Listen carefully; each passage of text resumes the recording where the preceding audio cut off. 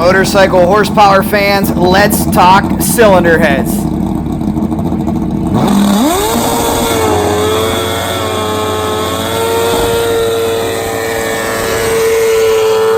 The sweet sound of a high horsepower, naturally aspirated pro stock Suzuki burnout. Gotta love it. Stay with us in this video because we're going to talk to that man on the left-hand side, Mitch Braun, at length. Mitch is the owner of Monster Race Products. He's also a very successful, up-and-coming top fuel nitro motorcycle racer. But Mitch, along with his good friend George Bryce, Jackie Bryce, Greg Cope, and some other brilliant minds, developed the much-talked-about 4-valve Billet Monster head. If you've never heard about this head from its website, it is quoted as being the most advanced design on the market today. It combines raised ports, 22-degree valve angles, huge valves. It is made from Billet 6061 T651 aluminum and completely CNC machined with ready-to-press-in guides and seats. It's a thing of beauty. It's used in many classes. It is built for 35, 36 millimeter intakes and 31, 32 millimeter exhaust valves. It's light and powerful. Here's the big question. Why isn't this head legal in NHRA pro stock motorcycle racing? Because right now, we have a lot of Suzukis crying out that they're down on power compared to the V-twins, saying they're about 20 to 30 horsepower behind. They run 2 valves, so why is Mitch's 4-valve creation not legal? As you can see, Web Camshafts even has their own cams. It's a thing of beauty. Like I said, we see it in Australia pro stock, we see it in pro mod. We caught up with Mitch to get the real story. Take a look at the much talked about, the much acclaimed Monster Billet head here on a pro stock motorcycle. Is legal in Australia. It is a big, beefy 4-valve head on that Suzuki GS. Here is the creator, Mr. Mitch Braun. We got to give the fans a little inside ball game, okay? Because my recollection is I remember when George Bryce, Mitch Braun got together, they had the Monstar head. Yep. But you're telling me that you never really had big intentions of getting that thing legalized in NHRA, right? No, I mean, I think George had the knowledge as well that it would be very hard to do. There was some people that took a run at it, but it's not really the reason that I built it. So it just, you know, if they accepted it, that would be one thing, but I just don't see that happening. And you said the rules and the regulations, you would have had to have so many of these heads ready that you, just as a sole proprietor on your own, it'd have been an insane amount of work, right? Yeah, it's just something that they take a tremendous amount of work. I mean, it's honestly the lowest paying job that I do. For the amount of time it takes to do it, I make about $25 an hour. On a 5-axis machine center, that's just ridiculous. I mean, you know, $100 to $300 an hour is what I would get if I was making aerospace parts. So I'd much rather make some of the other parts. And, you know, if guys want one, especially like Trevor's team, they've got a couple of them now. I want to support those guys, but I'm not really trying to push them on anybody. Now, what do you think the big advantages of the Monster head are? Well, the big advantage is that George Bryce, along with his team, Ron Reese, Greg Cope, those guys were, you know, the smart guys that raced for all these years and ported heads and did things, and they knew what the head needed to make horsepower. All I am is the guy that made it from, you know, you probably remember the story, George and I having a beer, and George has a napkin at the restaurant and says, I'd like to build a billet head, and I'd want the valves at this angle and the ports like this, and so we decided we were just going to do it. They're the reason that it's fast. I just made it from a napkin to something people could use. Now, the folks that are running them over here in Australia, are they finding a lot of success? Are you finding that the tuning is a lot different compared to, say, Vortex, Vance and Hines, or some of the other standard heads? I can't answer that. You know, I don't know anything about a pro stock bike as far as tuning. Obviously, Trevor's doing very well with his 196.87 mile an hour run. You know, the thing makes power. There's no doubt about that. Jeff House has the Vortex head and the Monster head on 2 motors in his bike. You can ask him. He's a pretty quiet guy, but he'll tell you the Monster head just makes more power. There's a whole lot of reasons behind it. You know, you've got 2 valves that are a larger surface area than a single valve. So when the camshaft pushes those valves down, let's say 100 thousandths, you're already opening like a larger valve for the air and fuel to go in the motor. and the same thing to evacuate it. So that's the main advantage. I mean, they don't build Formula One cars with 2-valve motors. They don't even build economical cars like Hondas and Toyotas with 2 valves. They don't hardly build anything. I think the Power Stroke Ford truck is a 4-valve because it's more efficient and makes more power. Speaking of the camshafts, don't you work with Laurie to develop some unique, one-of-a-kind cams that are? Let me tell you, there's this secret little spot in Riverside, California, where these really, really smart ladies work, and of course you know them well, and everybody all over the world knows. Let me see your sleeve. Yep. Okay. Yep. I think we know it right there. The lovely ladies of Web Cam. Yep. All the girls there, and Laurie is amazing. You know, she told me the story. You know, she worked at the Del Taco drive-thru, and the guy that owned Web Cam came by and offered her a job. Now she runs it. She's probably the most knowledgeable camshaft person in our whole industry. There you go. She's not just another pretty face. She's really smart. Absolutely. How about Top Fuel technology? You run a monster head on your Top Fuel bike? No, we run the Ward Vortex 2 head. Now see, that's interesting to me that you make the part. Yeah. Would you like to develop a Top Fuel motorcycle head? I would love to. You know, I had a Vortex 2 head on my Top Gas bike. It's a good head. I would love to. There's a lot of benefits of the billet. Billet's a lot denser than the cast, so we don't beat the seats into the head near as much. A lot of discussion. It's just time and money. You know, if I really had the money to do it, I would develop a new head for the Top Fuel bike.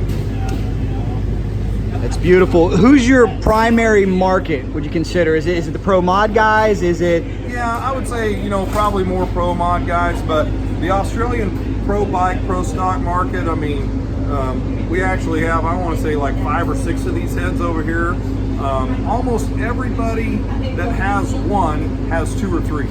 You know, I mean, it's like as soon as they get it, they're like, holy crap, so they buy a couple more. We've only made 27 of them, and so, you know, it's not a lot, but it's been awesome and rewarding for me, Jack, to just work with the guys that are doing it. Sure.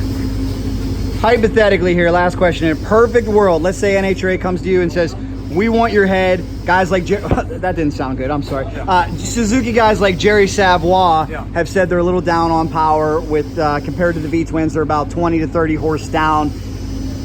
Would this head change the game for the Suzukis in the United States in the NHRA Pro Stock Motorcycle class? So I can tell you this 100%, Jack.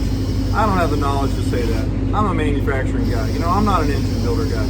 I think that question would be better suited for engine builders. You know, the guys like George, Bryce, and obviously George developed it, but there's plenty of other guys to talk to. You know, I mean, it's pretty simple to understand. You know, it makes more power. There's no doubt about that. So that's just up to them to decide if they want to do it. Now, would the setup have to be different? Because I know when I interviewed Savoie about that article, he was told that the monster head would not work in a pro stock motorcycle application. I can't remember, was it not enough lift that they thought they would get? I know you guys have all been trying to bait me into this. I don't want to get you in any trouble. It's a little embarrassing to me, but you know, I don't want to say anything. Maybe I'm misunderstanding what they're saying, but you know, a 4-valve head doesn't use as big a valve or as big a cam lobe as a 2-valve head, because just like I described, you know, if we've got 2 36mm valves and we open them 100 thousandths, all that circumference of both those valves is how much air and fuel is going through there. If you only have one and it's 2/3 of the size, you have to open that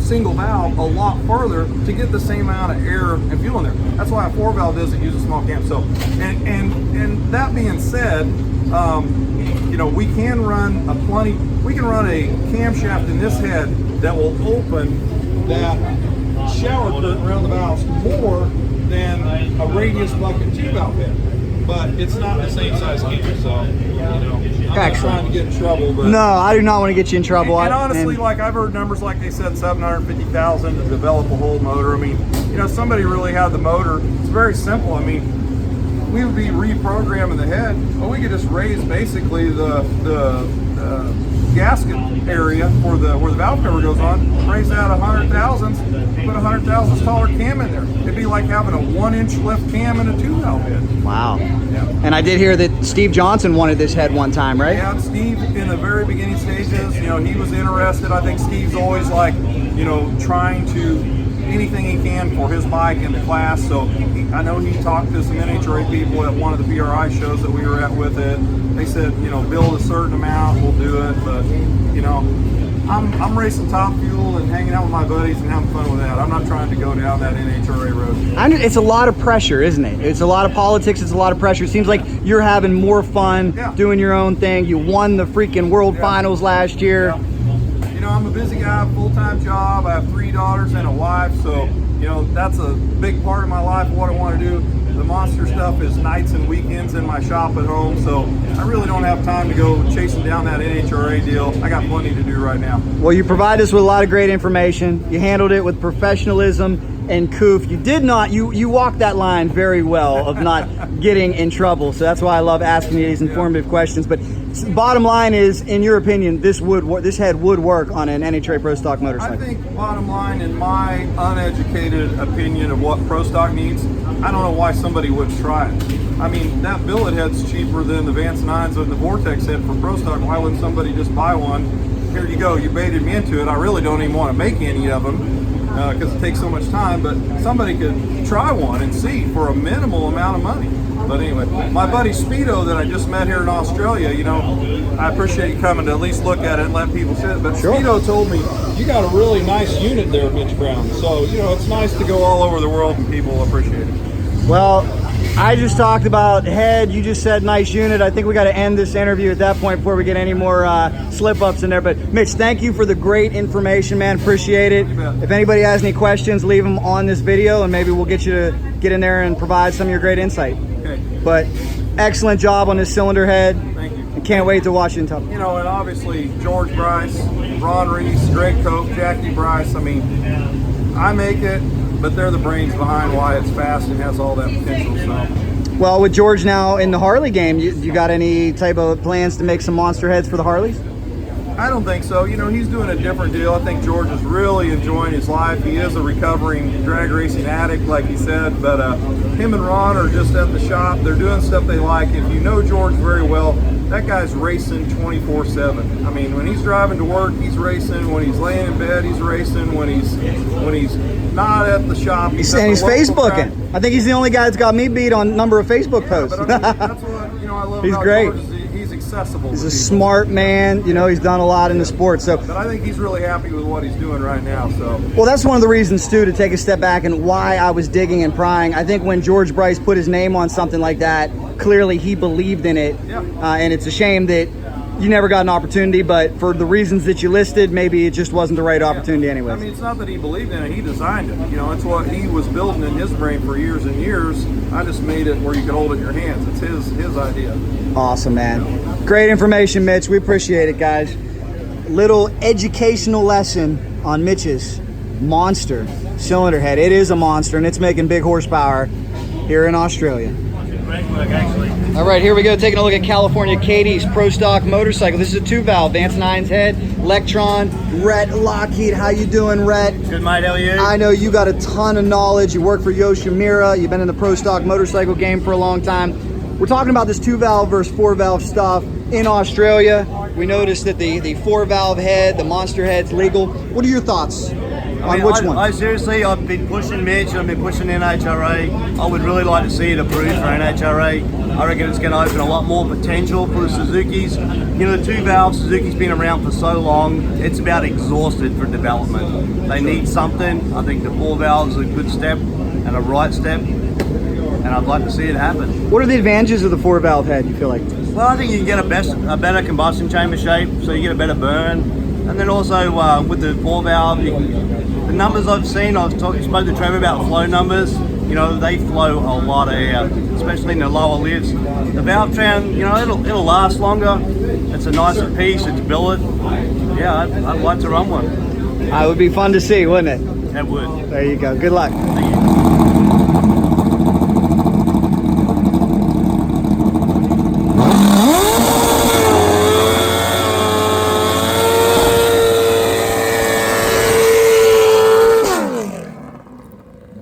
Let's watch Ryan Learmonth near lane with his monster cylinder head Pro Stock motorcycle Suzuki make a rip here against Maurice Allen. Learmonth would go on to win the Pro Bike Championship with that awesome setup. Nice, clean, straight run for him there. So the question remains, and let us know in the comments, Would you like to see this Billet 4-valve cylinder head approved for NHRA Pro Stock Motorcycle Racing? As Mitch said in an interview, Mitch may not have the manpower or ability to do it all by himself. He's definitely going to need some help, but it does bring up an interesting debate. The Suzuki racers say they need help. They're down on power compared to the EBR Buells and also the Harley Davidson street rods. Will we see the monster head in NHRA Pro Stock Motorcycle? How quick would a Pro Stock motorcycle be with one of those heads? Leave your comments, let us know your thoughts. We know that we will see those heads in other categories, such as Pro Mod and some of the fast sportsman classes. Hope you guys have enjoyed this video and found it informative. Thank you to Mitch, thank you to Rhett. Make sure you subscribe to Cycle Drag on YouTube and like cycledrag.com on Facebook for much more.